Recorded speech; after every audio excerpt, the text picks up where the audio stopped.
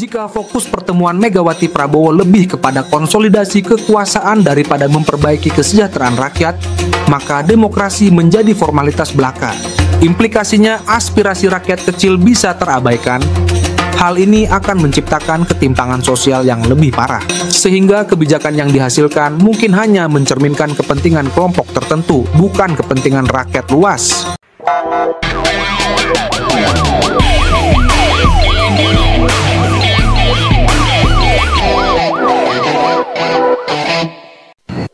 Halo teman-teman semua, kita ketemu lagi di channel Carlos Monitoring dengan saya Cakto Carlos. Ada yang menanyakan nih, apakah pertemuan Megawati dengan Prabowo itu demi stabilitas nasional atau justru akan menjadi ancaman bagi demokrasi di Indonesia?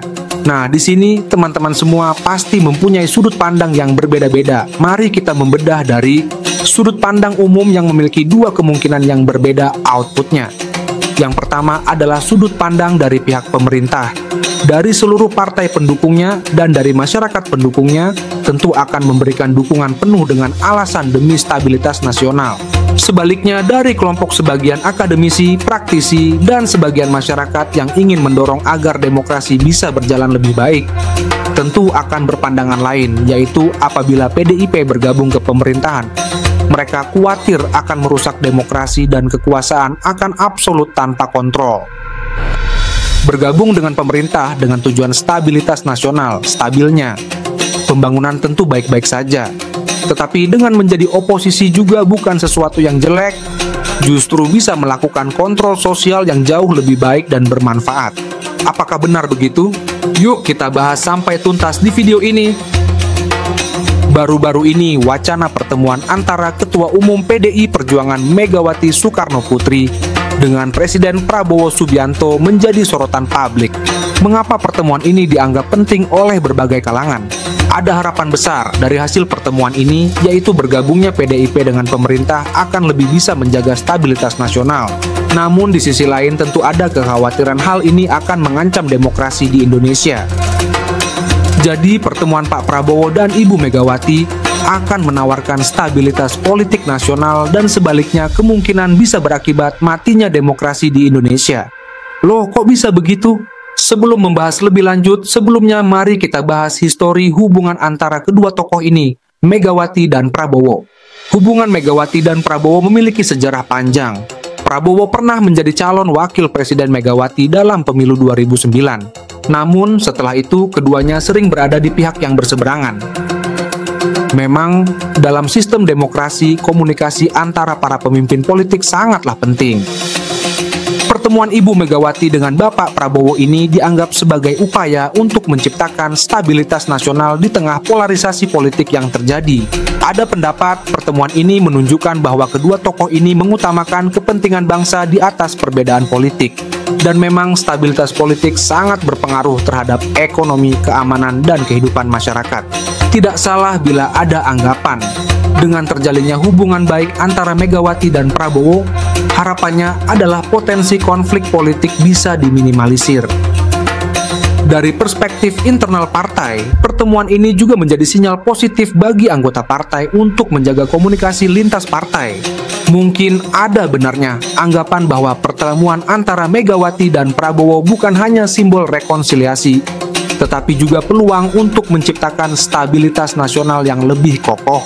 Dengan komunikasi yang baik di antara para pemimpin, Indonesia bisa menghadapi berbagai tantangan di masa depan. Namun yang terjadi tidak semua pihak optimis dan tentu mempunyai alasan yang cukup kuat. Ada yang skeptis bahwa pertemuan ini hanya sebatas formalitas tanpa dampak nyata. Perspektif lain beranggapan bahwa pertemuan antara Megawati Soekarno Putri, Ketua Umum Partai Demokrasi Indonesia Perjuangan dengan Prabowo Subianto, Presiden Republik Indonesia dapat dilihat dalam konteks stabilitas nasional. Dalam politik, pertemuan antara pemimpin partai besar seringkali bertujuan untuk membangun komunikasi, mengurangi ketegangan, dan mencari kesepakatan dalam isu-isu penting yang mempengaruhi negara. Jika pertemuan tersebut dilakukan dengan tujuan untuk memperkuat kerjasama antar partai, mengatasi perbedaan, atau menyepakati langkah-langkah strategis untuk menghadapi tantangan nasional, maka bisa dikatakan bahwa itu demi stabilitas nasional. Dalam konteks Indonesia, di mana keragaman politik dan sosial sangat tinggi, dialog antara pemimpin partai besar dapat membantu menciptakan suasana yang lebih kondusif untuk pembangunan dan kemajuan bangsa. Namun, untuk memahami sepenuhnya tujuan dan dampak dari pertemuan tersebut, perlu dilihat konteks politik saat ini, isu-isu yang dibahas, serta reaksi dari masyarakat dan partai politik lainnya. Adapun rencana pertemuan antara Ketua Umum PDI Perjuangan Megawati Soekarnoputri dan Presiden Prabowo Subianto dinilai oleh sebagian pihak sebagai langkah positif untuk memperkuat stabilitas nasional. Bahkan mantan Presiden Joko Widodo pun mendukung pertemuan tersebut dan menyatakan bahwa hal itu akan memberikan kekuatan yang baik dalam pembangunan nasional dan mempengaruhi bidang ekonomi melalui stabilitas politik. Hampir semua partai pendukung pemerintah menilai pertemuan ini dapat berdampak positif pada stabilitas politik di Indonesia dan berharap pertemuan tersebut dapat meredakan kegaduhan yang tidak proporsional dan memperkuat kehidupan politik nasional. Dengan demikian, pertemuan antara Megawati dan Prabowo diharapkan dapat memperkuat stabilitas nasional melalui peningkatan komunikasi dan kerjasama antara para pemimpin politik utama di Indonesia. Tetapi jangan lupa bahwa pertemuan Prabowo Subianto dan Megawati Soekarnoputri bisa dianggap mengancam demokrasi Indonesia dalam beberapa konteks tertentu, dan Indonesia akan mengalami kemunduran demokrasi. Hal ini terutama terkait dengan persepsi publik terhadap prinsip demokrasi, checks and balances, serta pluralisme politik. Ada alasan mendasar mengapa pertemuan ini bisa mengancam demokrasi. Ancaman yang pertama, kemungkinan besar munculnya oligarki politik. Jika pertemuan ini berujung pada aliansi strategis antara PDIP dan Gerindra, kekuatan politik mungkin terpusat pada segelintir elit. Hal ini bisa menciptakan dominasi politik yang mempersempit ruang oposisi. Implikasinya adalah tanpa oposisi yang kuat, pengawasan terhadap pemerintah menjadi lemah sehingga rawan terjadi penyalahgunaan kekuasaan. Ancaman yang kedua adalah akan terjadi melemahnya checks and balances, karena demokrasi membutuhkan sistem saling mengawasi antara lembaga eksekutif, legislatif, dan yudikatif. Jika kekuatan besar ini bersatu, kontrol terhadap kebijakan pemerintah dapat berkurang, sehingga kebijakan yang dihasilkan mungkin hanya mencerminkan kepentingan kelompok tertentu, bukan kepentingan rakyat luas. Seharusnya pihak pemerintah tidak perlu khawatir dengan adanya oposisi. Tidak perlu ada kekhawatiran terkait stabilitas nasional, tidak perlu khawatir semua program pemerintah tidak akan jalan. Justru adanya oposisi dapat memberikan ruang bagi pemerintah agar lebih hati-hati di dalam menetapkan kebijakan publik dan menjalankan program kerjanya. Tidak ada penyimpangan dengan adanya kontrol sosial, baik dari oposisi maupun dari masyarakat luas. Ancaman yang ketiga, ada potensi mengabaikan kepentingan rakyat. Jika fokus pertemuan Megawati Prabowo lebih kepada konsolidasi kekuasaan daripada memperbaiki kesejahteraan rakyat, maka demokrasi menjadi formalitas belaka. Implikasinya aspirasi rakyat kecil bisa terabaikan. Hal ini akan menciptakan ketimpangan sosial yang lebih parah. Ancaman yang keempat adalah akan melemahkan pluralisme politik. Kita semua harus tahu bahwa dalam demokrasi, keberagaman pandangan politik penting untuk mendorong diskusi dan inovasi kebijakan. Sehingga dominasi dua kekuatan besar hampir dipastikan dapat mematikan keberagaman ini. Yang tidak disadari oleh partai pendukung pemerintah adalah utamanya partai-partai kecil akan kehilangan peran. Sehingga pilihan rakyat dalam pemilu mendatang akan semakin memandang buruk terhadap partai-partai tersebut. Seperti sekumpulan binatang bebek yang tidak mempunyai arah, mudah diombang-ambingkan oleh penguasa. Seandainya PDIP juga akan bergabung di pemerintahan, pasti akan muncul kelemahan-kelemahan yang akan terjadi. Kelemahan pertama adalah ada dominasi kekuasaan elit. Dampaknya rakyat bisa merasa tidak terwakili jika kekuatan politik hanya terpusat pada segelintir pemimpin. Kelemahan kedua, ada risiko politik transaksional.